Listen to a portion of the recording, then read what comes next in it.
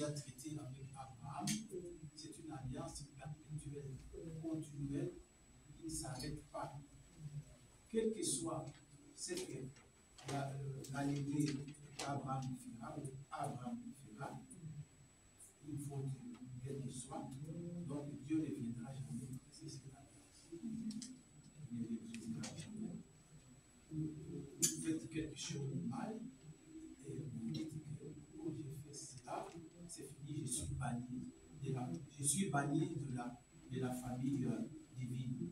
Non, vous restez un enfant d'Abraham,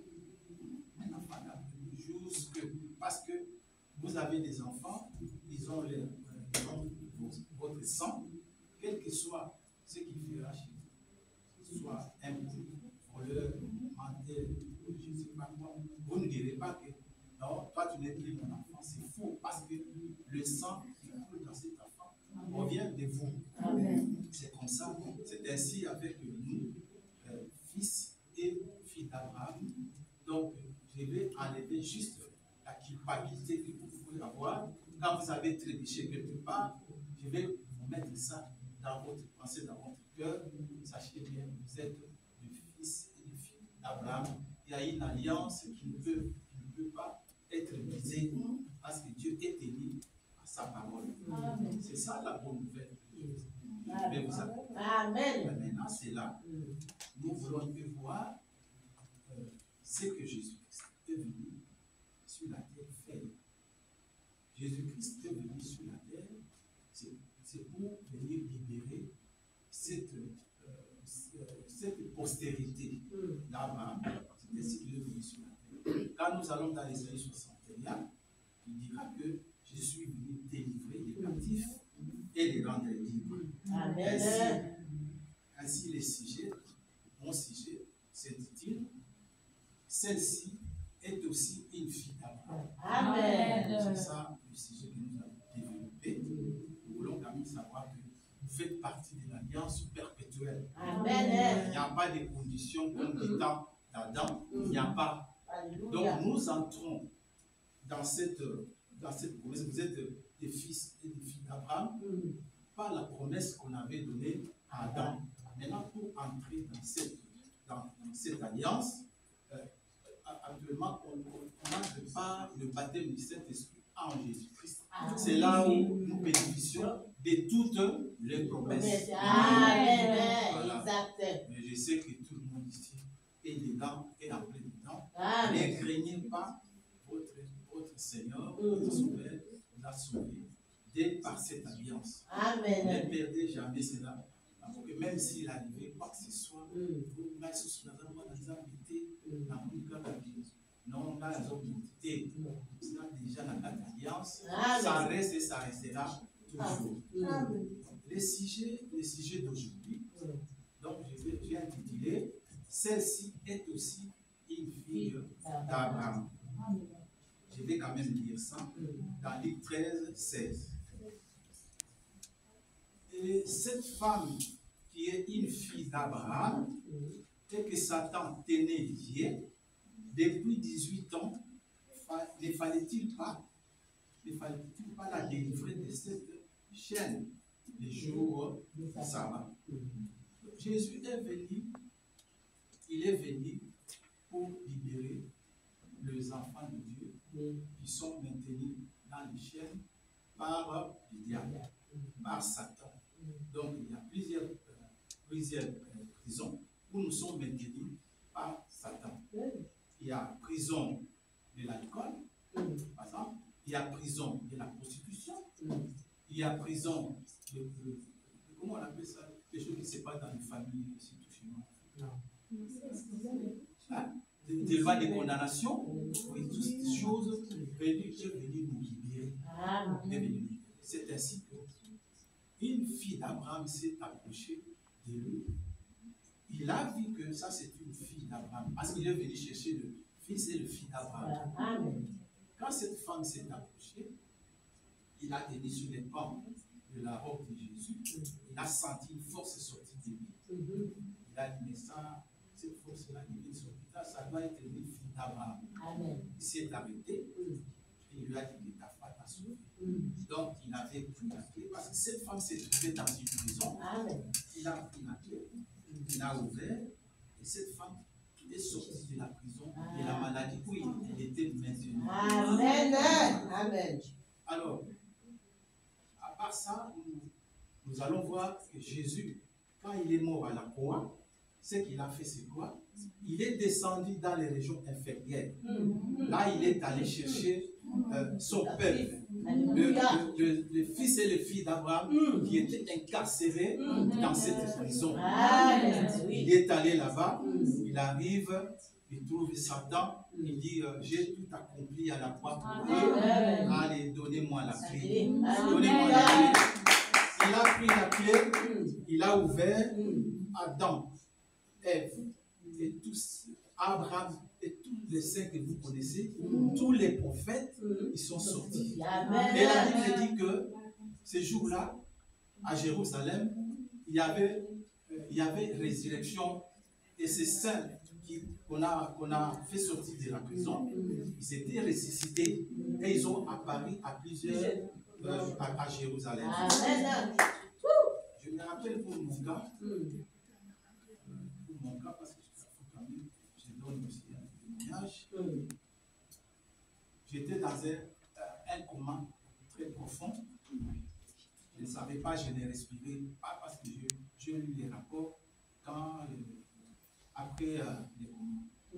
Je ne respirais pas, resté un peu une minute ou 2 minutes sans respirer. Mais là, moi, j'ai fait 3 jours.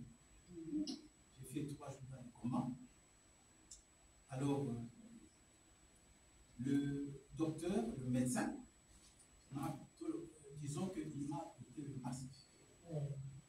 Il m'a mis le masque et puis il a dit que lui, en tout cas, je lui donne 3 jours. Si le 3e jour, il ne reprend pas, il ne respire pas, j'enlève cela. C'était quand ils ont entendu la nouvelle, ils ont téléphoné à Kinshasa, c'est fini pour lui. En tout cas, c'est fini pour lui, c'est fini pour lui. C'était comme ça. Il n'y avait aucun espoir. Là, j'étais seul. Il n'y avait pas maman, il n'y avait pas papa, il n'y avait pas mes enfants. J'étais tout seul. Les 3e jour, certainement, ils attendaient ma mort. Les 3e jour, mes yeux ont été ouverts.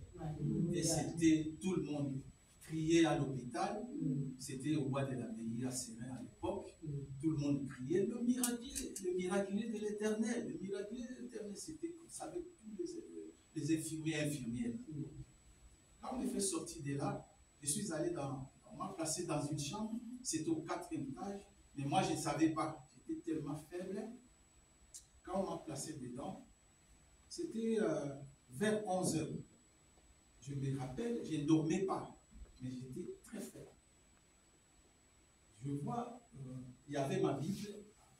Quand je me suis étendu sur le lit, il y avait une Bible à côté de moi. Je disais bien que j'étais faible. Je vois 2 personnes faire irruption dans la chambre où j'étais. Et ces gens, je les ai vus, je les connais. Alors, l'un d'eux est venu vers moi. Il m'a pris par le cou et il m'étouffait. Je me suis débattu et je me suis mis debout. Ce n'est pas que j'ai dormi, ce n'est pas une vision. Donc je ne dormais pas. Donc j'ai compris que c'était une vision. Dieu me montrait comme ça, mais je ne dormais pas. Je me suis débattu, je me suis mis debout. Quand je me suis mis debout, je voulais sortir dans le couloir pour dire aux infirmières ce que je viens de voir. Mais je n'avais pas la force. Je suis rentré, je me suis encore étendu sur le lit. Cette fois-ci, il est venu, il m'a pris par les coups. Je ne pouvais plus me débattre. Donc, je n'avais plus de force. Alors, qu'est-ce qui s'est passé? Donc, le membre, donc seulement la tête et le cou qui pouvaient bouger, tout ceci était devenu inerte. Je ne pouvais plus bouger. Alors, j'étais dans une situation inquiétante.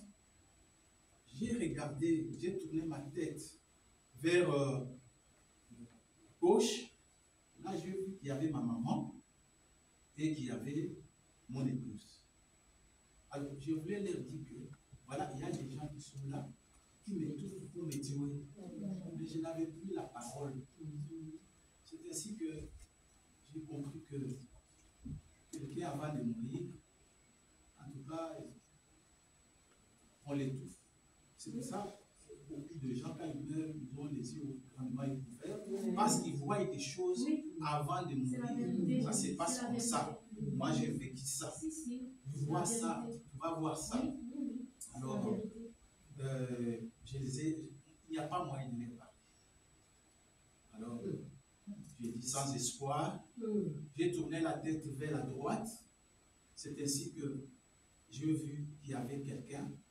J'ai vu qu'il y avait quelqu'un qui était là, debout, du côté droit, habillé tout en blanc. Cet homme, il a tout simplement dit agneau de Dieu. Alléluia. Quand il a dit agneau de Dieu, j'ai vu ces gens-là qui étaient venus pour me tuer. Ils ont pris fuite. Juste, il a dit agneau de Dieu. Ils sont partis très vite. Amen. Alors, je me suis dit, je voulais quand même savoir qui est quand même venu intervenir, me sauver. Alors, on me montre cet homme-là, je vois comment il avance. Arrivé, il y avait un mur comme au fond là-bas. Il est entré à travers le mur. Mais avant d'entrer, on m'a dit que c'est Jésus qui est venu te sauver. Alléluia. C'est Jésus. Donc, moi aussi, en tant que fils d'Abraham, Jésus est venu me sauver. Il a ouvert. C'était la prison de la mort. Ce jour-là, c'est Jésus-Christ a ouvert la porte de la mort et il m'a fait sortir. Et aujourd'hui, je suis devant vous. Pourquoi ne pas te servir? Il m'a appelé depuis 1984. Moi, j'ai toujours eu des excuses, jusque maintenant, il me fait devant un fait accompli. Il fait un fait accompli parce qu'il m'a déjà appelé depuis. Alors, ça, c'était. Donc, Jésus-Christ est descendu et il est allé ouvrir la porte où Abraham et les autres étaient enfermés. On a eu le cas d'un homme qu'on appelle Zachée. Zachée qui était le collecteur d'impôts.